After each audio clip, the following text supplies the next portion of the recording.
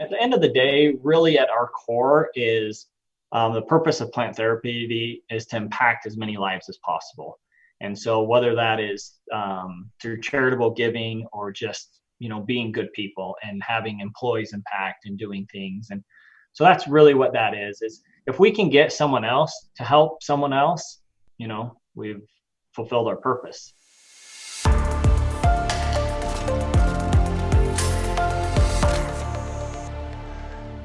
Hey everybody, welcome to this week's edition of the Dragonproof e-commerce podcast. My name is Rick Wilson, author of Dragonproof e-commerce and CEO of Miva.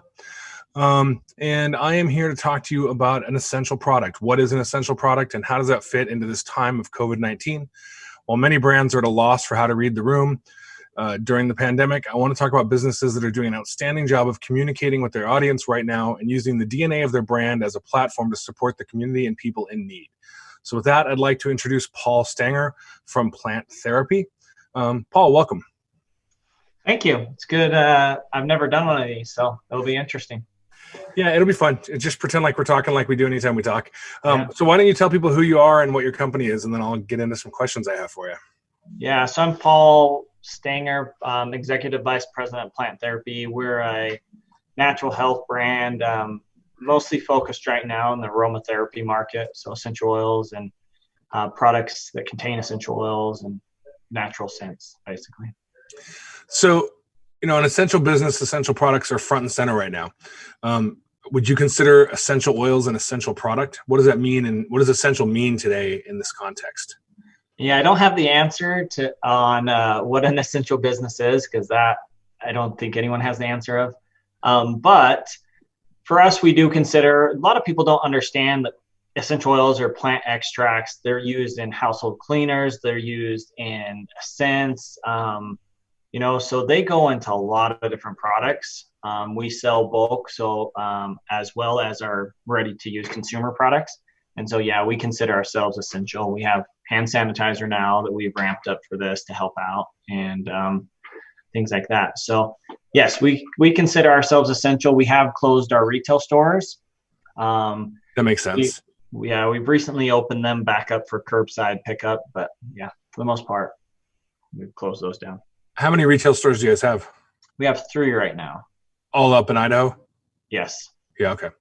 And for those listening at home, Plant Therapy is based out of, you're in Twin Falls, right? Correct, yeah. And then you guys have an office in Boise? We do, yeah. That's 2 retail stores, Meridian and Boise, 1 here in Twin, and then our corporate office is here in Twin. So you posted a blog last week called "It's Okay If You're Not Feeling Okay."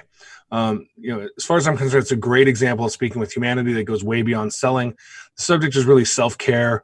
I think it's a cornerstone of your brand. How important is the idea of self-care right now? Yeah, I think it's very important. As my life hasn't changed a whole lot because I still come into work, but as I go home and I talk to my wife and then, you read news or interact with other people, it's really dramatically changed the world. I think for a long time, somewhat, like things will never maybe go back to quote normal. Yep. And so I think it's important that at the end of the day, your personal happiness is all that matters. And so finding ways to self-care and make bad situations good is important to us and what we try to encourage people to do. How has the kind of products you guys sell guided your response, or at least your public response, if you will, to the COVID pandemic? We struggled at the beginning because no one wanted a marketing email. Right. Everyone was searching. They didn't want any of this, but we saw an incredible increase on, I think it was March 12th is when we really saw it. Our Amazon especially went about 200% increase overnight. And so with that, we try to communicate with them on things that will help them, DIYs, how to make hand sanitizer, things like that, to, not to shove product down their throat, but more educational. Yeah. Yeah. I assume that your audience would be very receptive to the idea of self-care. That seems core to your brand even before all of this. Correct. Yeah. We have a lot of DIYers. We have a lot of natural people, that they want to take care of their health themselves. They like to use nature. And so, I think This though, hand sanitizer and not being able to find it has also opened the eyes to people that maybe wouldn't consider a more natural path as well. Yeah, that makes sense. That's interesting. In terms of being up in Idaho, and I don't know what the shutdown orders are in Idaho because they're state by state. Are you guys considered essential? Are you allowed to operate normally? We are allowed to operate normally, and mostly because of, like I said, with essential oils going in as a basic ingredient in about most everything, they consider it as an essential business. So. What about Amazon? Does Amazon consider your products essential? Have you been asked to increase your inventory at Amazon? Yeah, Amazon is interesting because, at the end of the day, they want to make money still. So we have been considered essential. They shut a few SKUs off for a couple weeks that wouldn't let us send FBA inventory. But the most part, we have been fine with Amazon. We have a sister company that sells food. And however, that company wasn't allowed to send inventory. So, and after talking to Amazon, they said, we determine what essential is, which is interesting. Amazon determines every definition in their world. I thought you guys at one point had your own FBA, like you guys were a virtual FBA, but you still send products into Amazon? Yes, we do. So we started working down it's called Onsite FBA Onsite. And for those listening, FBA is fulfillment by Amazon. It's how you put products into Amazon's warehouses or virtual warehouses, as it may be, and then that's how you get Prime. So, So I'll let Paul go back to talking about it, but I wanted to tell people what we're talking about. Yeah. So Onsite means basically they give you access to a WMS or their system, and you ship out of your own warehouse. After getting all the way down the path of approval and all that, they said, "Oh, yeah, that's not available in Idaho yet." So, no, we are not doing that yet. There's also something called Seller Fulfilled Prime, which is different, but it's way more expensive. Where this on-site, you literally shipped on Amazon shipping accounts. So, got it. Very. So, how do you prioritize the Amazon community or serving the Amazon community versus the larger audience for your brand? Yeah, we definitely had a challenge. Like I said, that, about overnight, Amazon shot up incredibly, and our website was a little slower, but then eventually caught up with the increase in sales. And so we had one product called Germ Fighter, and we sold as much of that in March as we did the previous 12 months. Oh, wow. And so inventory disappeared off of Amazon's FBA. And so all those orders started hitting us. And I mean, overnight our fulfillment center got slammed. But we, luckily with temp agencies and stuff, we went to 3 shifts and we caught up everything. So for the most part, our shipping, I think we got a day behind is about it. And we try to do everything same day shipping. If people order by, I think it's 2:30 now p.m. our time, we'll ship same day. So. Now, is supply an issue right now, or is your supply chain stable?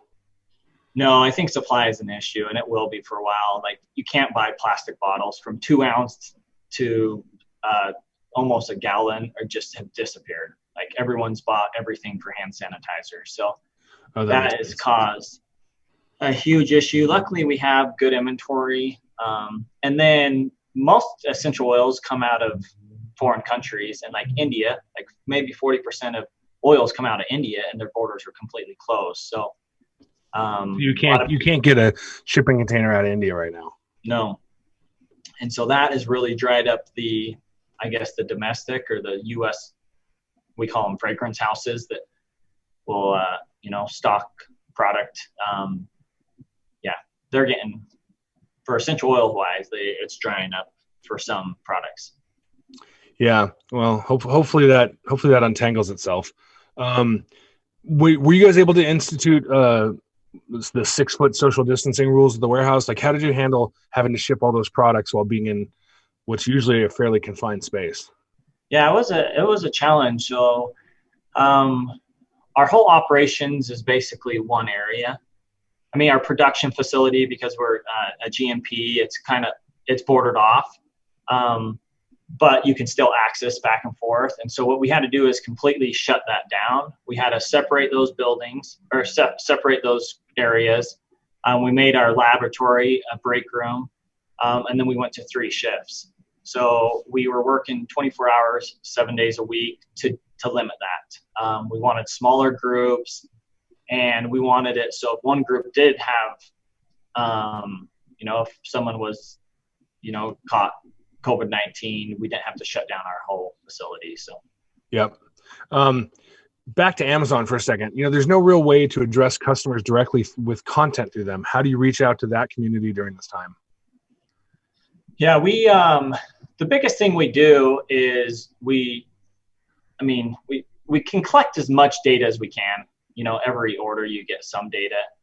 We always upload that into Facebook and do lookalike audiences and try to connect that way as much as we can. You can also do mailing lists. You can old-fashioned put a postcard in the mail.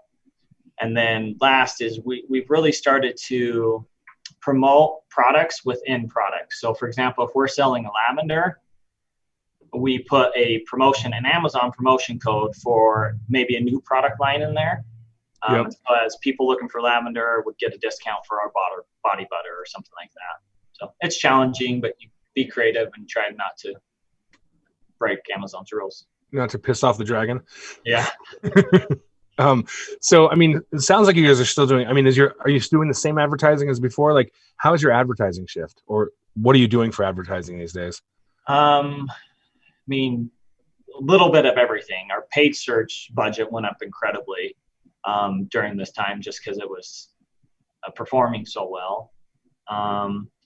We need to do more affiliate. That's like our biggest gap is working more with influencers. We've said that for a long time. We started our business doing that, and we've kind of got away and went to more traditional paid search. And all of those are good. I think you have to do everything, but our biggest gap is probably influencer marketing right now. How is your community relating to you guys during all this? Good. And I think... you guys have a huge Facebook following, right? Yeah, we do.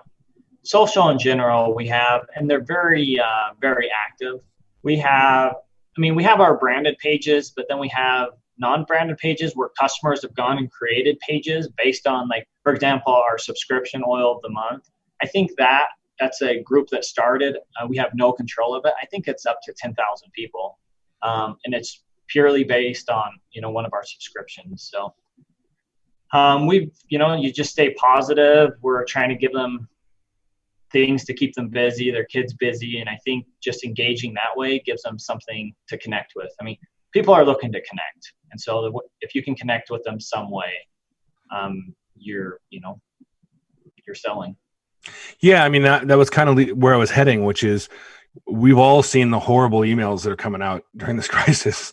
I think hopefully I've seen the last of the message from the CEO emails, but a lot of the market, a lot of email marketing or marketing in general is usually tone deaf, but when it's tone deaf in what we used to call normal society, you just tuned it out. And suddenly during this crisis, it started to feel, I don't want to be hyperbolic, but it got to the level of being almost offensive. And you guys, at least to me, it feels like you guys have not had that problem. And I think what you just described is you have DIYers and you're just connecting with content that helps them. Is that how you would describe it? Yeah, it is. And we definitely aren't perfect. The hard thing about emails, the majority of them are somewhat triggered based off of events. And so we haven't gone and shut all of those off. So there's still browser abandonment, cart abandonment, all of that. But at the end of the day, yeah, we've really struggled because we've been working, for example, we just launched this week a big category of CBD products. And we really struggled. It's like, okay, it's not the perfect time, but it won't ever be the perfect time for a long time. So it's like, how do we launch this category and put it out there? And so we try to do that. It's all about self-care, stress, things like that people can hopefully relate to and help. It seems like it's kind of the spirit of the Let's Work Together resource page you guys posted. Is that how you're threading the needle between community content and keeping your products relevant? Yeah, and at the end of the day, really at our core is the purpose of plant therapy is to impact as many lives as possible. And so whether that is through charitable giving or just, being good people and having employees impact and doing things. And so that's really what that is if we can get someone else to help someone else, we've fulfilled our purpose in a way.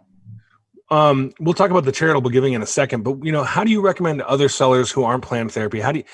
If you were running a different business, what would be the process you'd go through for figuring out how to connect with your audience? Yeah, I think understanding who your audience is. I think there's still a lot of companies that don't put enough effort into that and really understand who your audience is, and then figure out what they do. And yeah, I wish I had the perfect answer, but there isn't. For example, TikTok right now is pretty popular. So that could be one way to go out there and connect with your audience in a fun, joyful way that's not a promotion. It's just letting them see who you are as a company. I think letting consumers actually see who you are and not just say who you are helps as well to actually connect. It was my producer for this podcast. His name is Chris.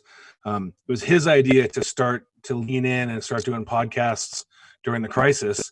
And the first time, it was actually right before it took off. It was early March, and he said, "Hey, let's do a podcast this week on COVID." And it was like right as people were getting their head around it, and I was like, my initial thought was, "You're crazy, man."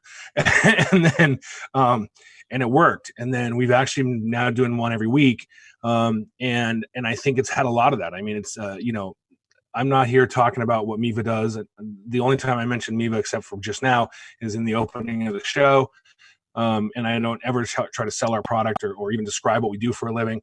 I'm just here trying to talk to people I've worked with and have met through the industry and e-commerce. And I'm ultimately just trying to help people find ways to run their business in this time. And I think that's kind of what you're describing.